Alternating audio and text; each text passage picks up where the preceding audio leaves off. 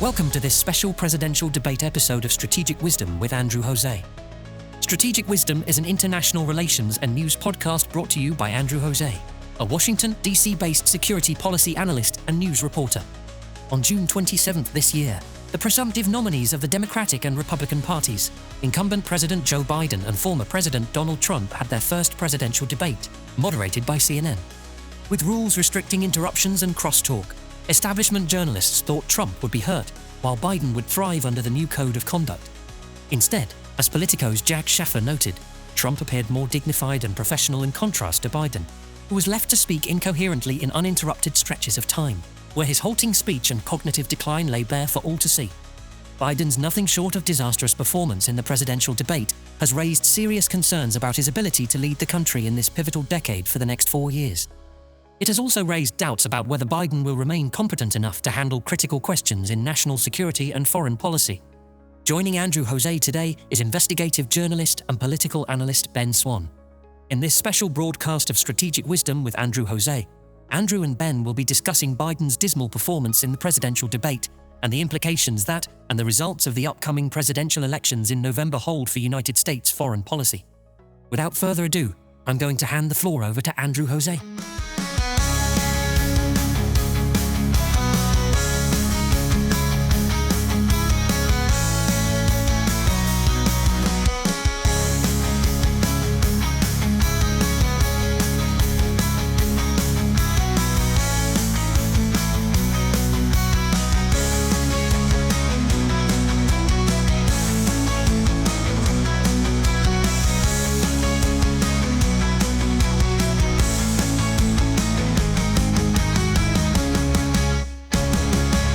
Ben Swann is a Texas-born news anchor, investigative reporter, and political commentator. He's the founder of Truth in Media, a news outlet that seeks to cover stories that establishment news outlets do not cover. He's the producer of Zelenskyy Unmasked, a documentary series that looks at the current situation in Ukraine and Volodymyr Zelensky's crackdown on opposition media outlets that the Zelensky government deems to be pro-Russian. Ben Swann, welcome to the show. Thanks so much for having me on. Before we discuss the presidential debate, Ben, I want to examine with you Biden's record on foreign policy. It's going to be 4 years since Biden took office in January 2021. Has Biden, through the last couple of years, been a negative or positive force for U.S. foreign policy and the country standing on the world stage? He's been an extremely negative force in terms of foreign policy, but I wouldn't put it all at the feet of President Biden himself. I would say President Biden is the continuation of more than 20 years of terrible policy that goes all the way back to George W. Bush and his 8 years in office, which did not change at all when Barack Obama became president, even though he was elected as a pro-peace in the wars candidate. He was not. He expanded wars around the world. Trump was a bit of an anomaly and really did not expand wars. He actually decreased them and had wanted to leave Afghanistan. And then Biden takes over. He does leave Afghanistan in a very sloppy way, but ultimately has ratcheted up not only what's going on with this proxy war with Russia in Ukraine, but what gets very little noticed by mainstream media is the explosion of wars continuing across the Middle East, and the U.S. drone striking once again in countries like Yemen, in Somalia. We're seeing the continuation again of 20 years of very, very bad foreign policy. So I think Biden has been a very poor president in terms of that. And I think that the only way to break away from what he's been doing and what Obama did before him and Bush did before him is to have a president who does not believe that foreign policy should be handled by essentially bombing countries around the world. How do you think Biden's performance in the debate will impact the Democrats' performance in the November elections? Is it too early to make a call, or do you think sufficient damage has been caused that we can make a rough estimate of how things will play out this November? First of all, what happened in the debate was a total setup. A setup in that, look, in the history of this country, there has never been a presidential debate held in June for general election. It has never happened before. And there's a couple of reasons for that. One of the reasons for that is because neither major party, Republicans or Democrats, have held a convention yet to actually choose their nominee. So we've never had a presidential debate take place before the nominees of the major parties are chosen. And yet that happened. Why? That's a huge question. Why debate so early?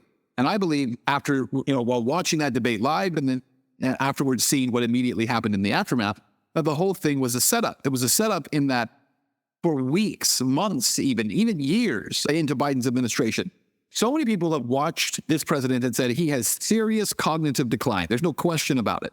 In the last few months before the debate, we were hearing from the White House and from reporters that what was actually happening were cheap fake videos. That's the term they were using, trying to play off the term deep fake. And so calling them cheap fake, meaning they weren't AI-generated fakes, but they were misrepresented and taken out of context, and the president was fine. There's no problem here. Then he gets up and he has this debate, which was obviously awful. His debate performance was awful. But let's be honest. Did anyone expect it to be good? If you've watched this president, he can't get through a sentence without becoming lost. He clearly has cognitive decline. These weren't cheap fake videos. This is a president who is suffering from serious cognitive decline, and it's a very sad thing. But the media pretends as if no one knew this. And then the Democratic Party leadership pretended as if no one knew this. And suddenly, at the end of that debate, if you're watching, and I was watching all the different channels, CNN, Fox, MSNBC, flipping back between them to see what their coverage would be. And it was unanimous across the board that suddenly all these Democratic operatives who were governors and senators and congressmen from across the country and party leaders were all contacting the TV pundits who were commenting on the debate saying, oh, this is terrible. Biden's got to go. He's got to step down. Really? Why? Because he had such a bad debate? Or because everyone already knew this was a problem? But think about what the Democrats actually did here. What the Democrats managed to do was they ran Biden as the incumbent and did not allow him to be primary, which means that no one running against him, including Bobby Kennedy, by the way, or R.F. Kennedy Jr., who dropped out of the Democratic side to run as an independent, was allowed to actually have a debate with this president in a primary, and there was no chance for primary voters to choose who his replacement would be. And instead, they let him go through the primary, become the presumptive nominee, put him in a debate before the actual convention so that people could see his cognitive decline. And now the party's scrambling around saying, we've got to replace him. We have no choice. Well, they will replace him. That's what they're going to do. The question is, with whom will they replace him? And I have theories on that. But there's no question to me that this was a very coordinated way of removing this president and also not having to put their nominee through a primary where the voters would choose who that nominee would be. It's now going to be up to the party to choose. Do you think that the people who are trying to make Biden appear bad in public so that they could replace him are radical Democrats who have a more radical progressive agenda? No, I actually think it's not more radical. I think that they're the establishment Democrats, the same ones who in 2016 cheated Bernie Sanders out of the nomination because he would have been their nominee had that party not gotten involved and put their thumb on the scale to push it towards Hillary Clinton. The same insiders, by the way, and establishment Democrats who made Biden the nominee in 2020 when he would not have been, and it would have again been Bernie Sanders had the party not put its thumb on the scale and shifted everything toward Biden. And so it's the party establishment, and honestly, it's the party establishment lined up behind Barack Obama, who controls most of that establishment, that is ultimately making this decision. One thing you've been very critical of regarding Biden is his competence in managing issues of national security and foreign policy should he win in the next elections. In the event that Biden wins and is not replaced, what foreign policy issues do you think Biden will prioritize in his next term? And how would this country be better off or worse off during a Biden 2.0 presidency? What mess-ups can we expect from Biden? Well, one thing I think any thinking person can recognize at this point, and again, this was lied about for years in terms of his cognitive decline. Now I think most people would recognize it, is that Biden's not running the country. He's not running anything. So the question is, what can we expect if Biden is reelected in terms of his foreign policy. Well, he doesn't have one. So the question becomes, who is actually pushing forward the foreign policy? Is it Jake Sullivan, the national security advisor?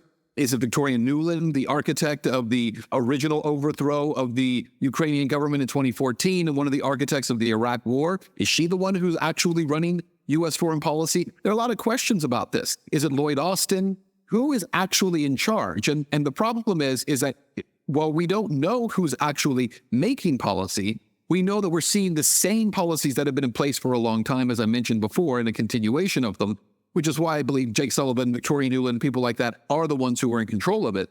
But simultaneously, if you have, no matter who it is who's in control, what we know is who is not in control. And we know most certainly that Joe Biden, President Biden, if he is reelected, will not be the one making decisions in terms of foreign policy because he has no idea what's going on.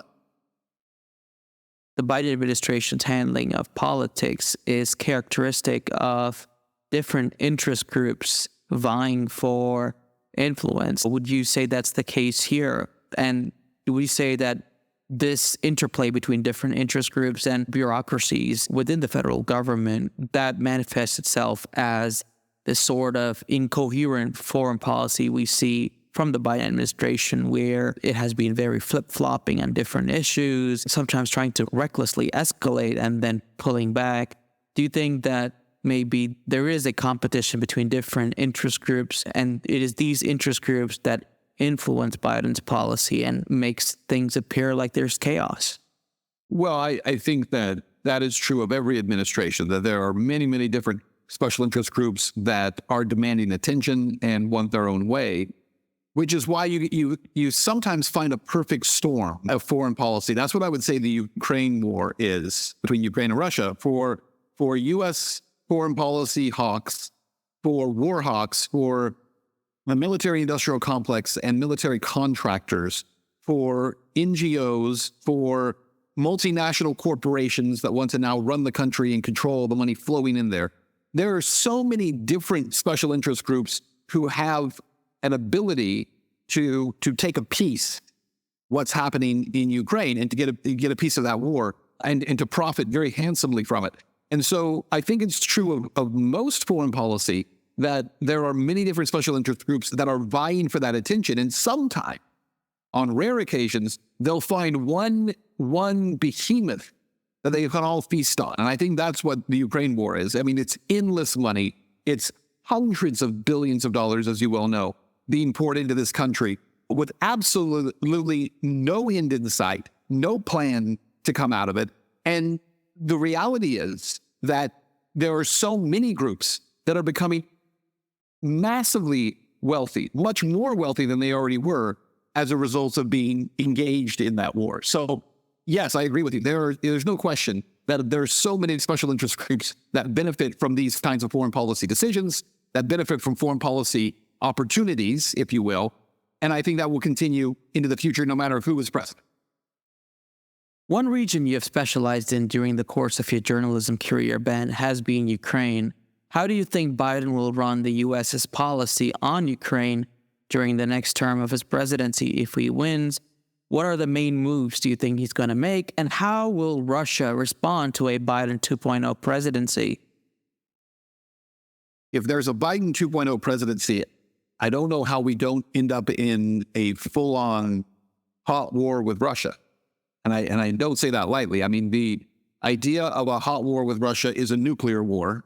A nuclear war is a cataclysmic event for the planet. Mm-hmm. That is where we're headed if Biden is reelected and continues with this foreign policy, which I don't see why he wouldn't, because he hasn't steered away from it in the slightest. And there has been increased provocation. Just last week, the firing of U.S.-made missiles in Crimea that were fired, not just U.S.-made, but fired by Americans, because the reports are these missiles can't be fired without Americans, American technology and Americans running them. To be fired into Crimea and killing civilians in Crimea, that's a war crime. What are we doing? And we're dragging ourselves, we as the American people are being dragged into a hot war with a nuclear power, which, by the way, if it does happen, will not remain between just two countries, the United States and Russia. We all know that. Western Europe will line up with the United States.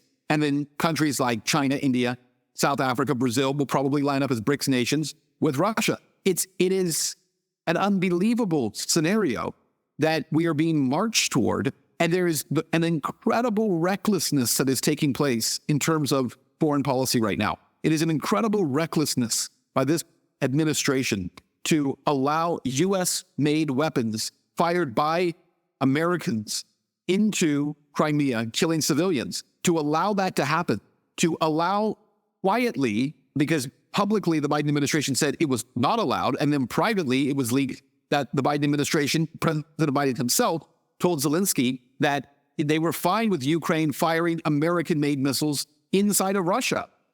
Why are we allowing this? Again, at some point, Russia will respond to the U.S. trying to have this proxy war. And this claim, this idea that we've got to fight the Russians over there so we don't fight them here. We shouldn't be fighting the Russians at all. This is not the same kind of war we've been in for 20 years. This is a very different kind of war than us going to war in Iraq and rolling over that country's military in 2 weeks. This is very different than going into a place like Syria and bombing their airfield, or someplace like Yemen and blowing up all of their water supply. This is an entirely different war, and it is not one where there's going to be a winner. We will lose this war. Russia will lose this war. There's no winners in a nuclear war. Moving away from foreign policy in particular to Biden's plans for his next term in general, both in domestic policy and also international relations writ large, what costs do you think await the American taxpayer, and how bleak is the picture for Americans when Biden becomes president? For Americans, the picture is not a pretty one, but we also have to be able to look back at the last 4 years and look at why. I'm not sure if you've seen, there is a now viral clip of a young man who found his Walmart order from 3 years ago, and he was able to access or I think it was even longer than that. I think it was 4 years ago. It was his Walmart order. And so he saw in the cart, his receipt was $119. And he decided to, because Walmart offers the option in their app to order again, you can order the exact same things again. And so he pushed the button to see what it would cost right now. And it came up over $440. The idea that, because we're being told, when you watch the news, if you still watch the news, you're being told over and over, it's not that bad. The economy is doing fine. Inflation's not that bad. People can't afford basic necessities. They can't afford their rent. It's very difficult for people to find housing at this point. Everything is so expensive. And then as things become more expensive, we have more and more rules being created about what kind of vehicle you can drive. And the nation is suffering in so many ways. And so what does it mean for the American taxpayer? Well, what it ultimately means is a lesser quality of life, because there's not one thing that the Biden administration has done in the last 4 years to show the American people how life will be better in the future. In fact, even in their campaign now, Biden's not talking about any single plan he had to improve the lives of the American people. He just keeps telling us you can't vote for Trump because Trump's dangerous and Trump's a radical and Trump's angry and Trump's scary. And yet he's not telling us what he's going to do for anyone's life, what policy is going to be instituted, and what are you going to do that's different than the last 3 years in which Americans have watched their quality of life absolutely crumble before their eyes. It's why Trump right now seems to be leading among young voters over Biden. Why? Because young voters are young, but they still can remember back 3-4 years and say, things were not like they are right now. Can't afford anything right now. So there's a desire to say, whatever Biden's doing, he's doing it wrong. And we want to go back to the way things were before pricing was the way that it was, and things have become so unmanageable. I have to definitely agree with you on that, Ben. As someone who lives in Washington, D.C., I've noticed how insane prices have changed even within a matter of months. And these are like basic groceries like chicken, And it's really surprising that many Democrat supporters of Biden gaslight themselves and others into thinking that we don't have a problem, the economy is fine. But moving away from the assumptions of a Democrat victory, what are the chances you think we have of a Republican victory in November 2024? And how will a Trump victory affect America's foreign policy and domestic policy prospects? Because one thing Trump supporters and the Trump campaign have been hinting at is that the next Trump term, if Trump wins, would be a revolution. But how revolutionary will this revolution be? You know, Trump had a pretty amazing opportunity his first term in office. And when he was first elected, he had said he would drain the swamp. Trump did a lot of things, especially in terms of the economy, that were very good. There's no question about that. I think most Americans will say my life financially was much better. Remember, this is a man that when he was elected president, we were told gasoline will never be below $3 a gallon again. And he had it down to around $1.80. And so we saw a huge change economically in a lot of ways. Much more energy coming out of this country, and then no new wars. He did not allow now, that doesn't mean that Trump was not involved in wars. He bombed airfields in Syria. There were some things that he absolutely did, but he did not expand any wars. He's the first president since Jimmy Carter who was not expanded a war. And so that, I think, is significant. In terms of foreign policy, what does it look like? Well, I think in terms of foreign policy, it would be a very good thing because, first of all, Trump was willing to meet with lots of people around the world, including Kim Jong-un. The fact that he was willing to go to North Korea and meet with him, I thought was a very good sign. Trump had no problem meeting with Putin. Trump has said that if he is elected, the war in Ukraine will be over in 6 hours. I believe him. And the reason I believe him is because there is no money coming into Ukraine anymore. At the moment the president says, we're done, there's no more money coming your way, the war is over. And what will happen is Zelensky will sit down and come to a peace agreement with Putin, and that will be the end of it. Because he'll know that the gravy train has come to an end. He can't keep milking this cash cow anymore. And so as soon as he knows that, he's done. He's going to keep doing it until the spigot is turned off. I use a lot of analogies here.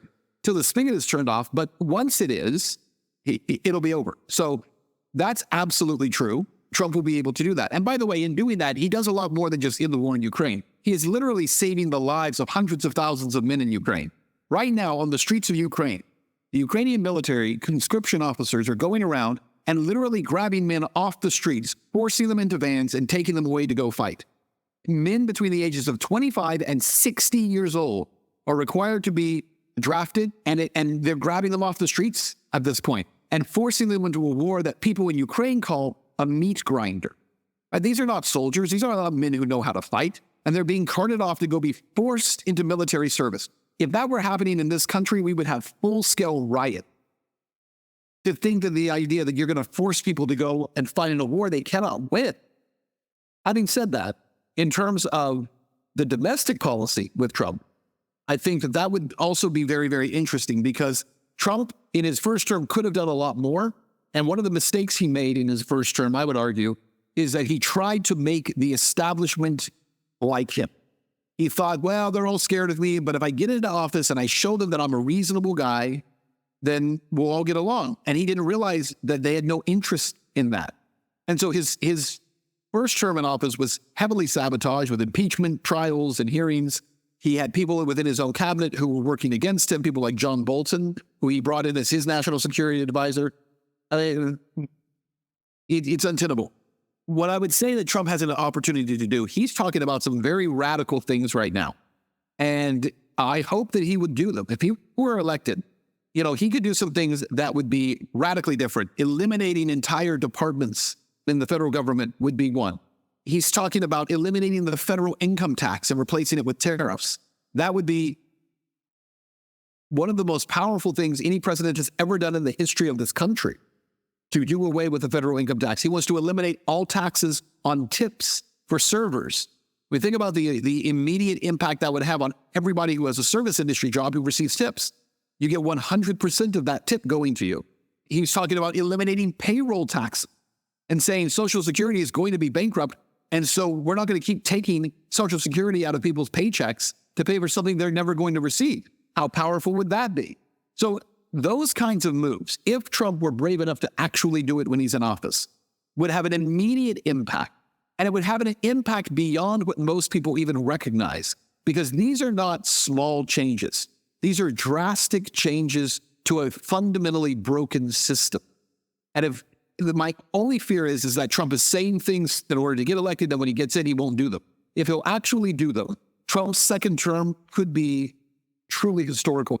Coming to our last second question in this interview, and following up on your comments about how this country would look like if Trump would win, one thing people have pointed out, even as you've discussed the last Trump term, Trump was in many ways constrained by establishment Republicans. What constraints do you think establishment Republicans and bureaucrats would impose on Trump in the next term? For example, in April, Trump, in what many have said was a change of tone, expressed support for a $61 billion aid package to Ukraine before it was voted on by the House of Representatives. Trump went on to say Ukraine's survival was important to the United States.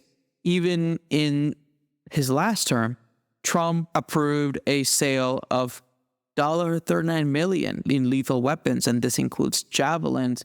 So in many ways, while Trump has in the last term been revolutionary, there was some form of continuity.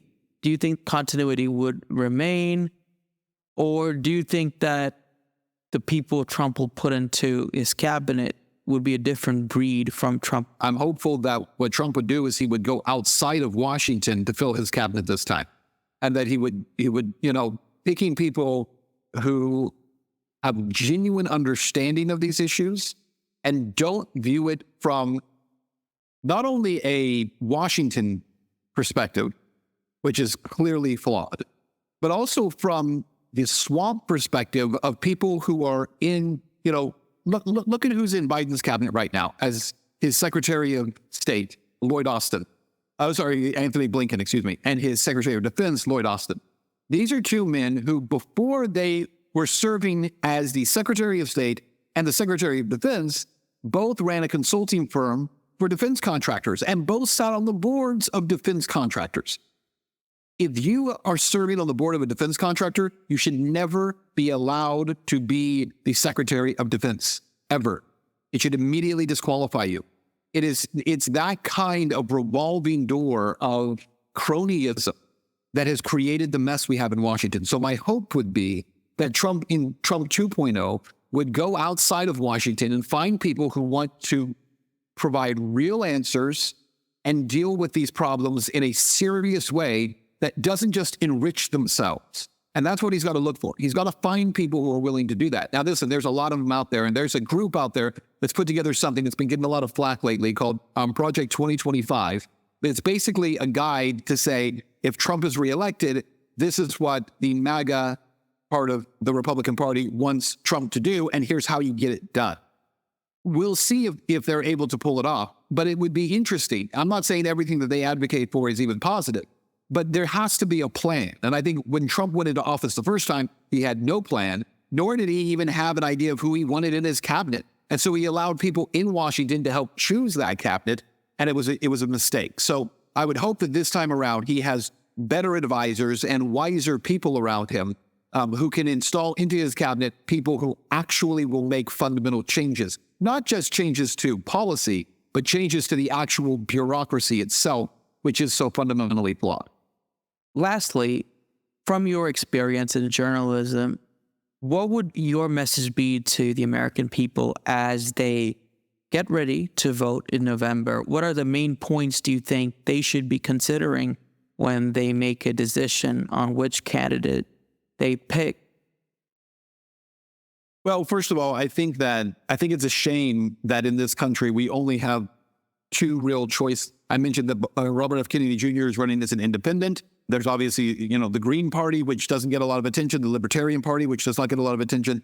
I think that if we wanted to have an interesting debate, instead of having a debate between Trump and Biden, we would have had a debate with 5 or 6 different people up there so that voters would have the opportunity to choose from a real slate of candidates with real ideas beyond just the kind of permanent uniparty ideas in Washington.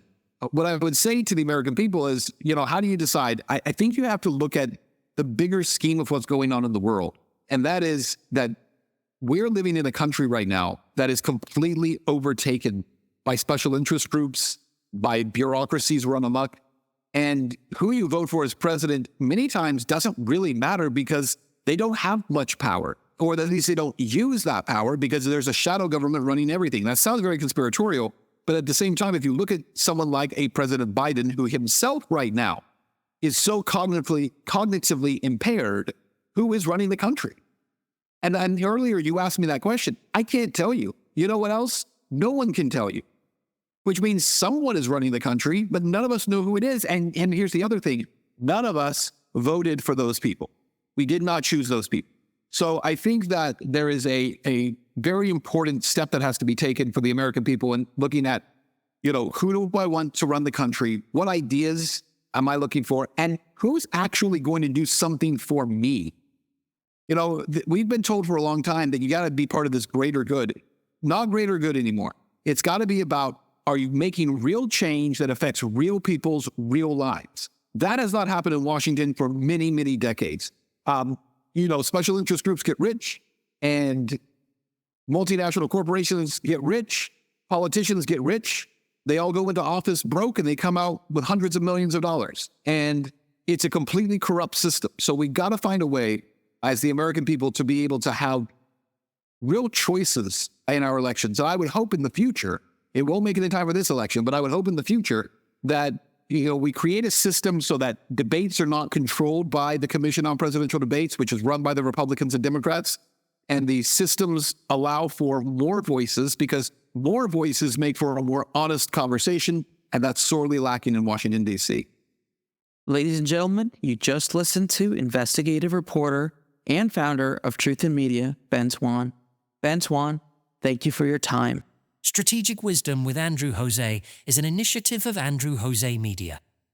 The views expressed by guests on this show do not necessarily represent the official positions and opinions of Andrew Jose, Andrew Jose Media, and Strategic Wisdom.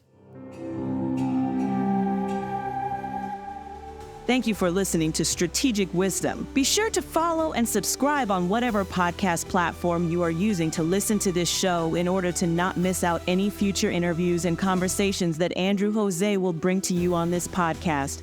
We are streaming on Rumble, YouTube, Spotify, Apple Podcasts, Pandora, Pocket Cast, and Hami, and more, with new platforms being added often.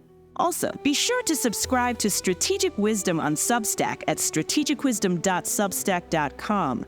Make sure to follow Strategic Wisdom on Twitter and Instagram at StratWisdom. Thank you so much, Gabby, and thank you so much, Ian. Ladies and gentlemen, this is your host, Andrew Jose, signing off.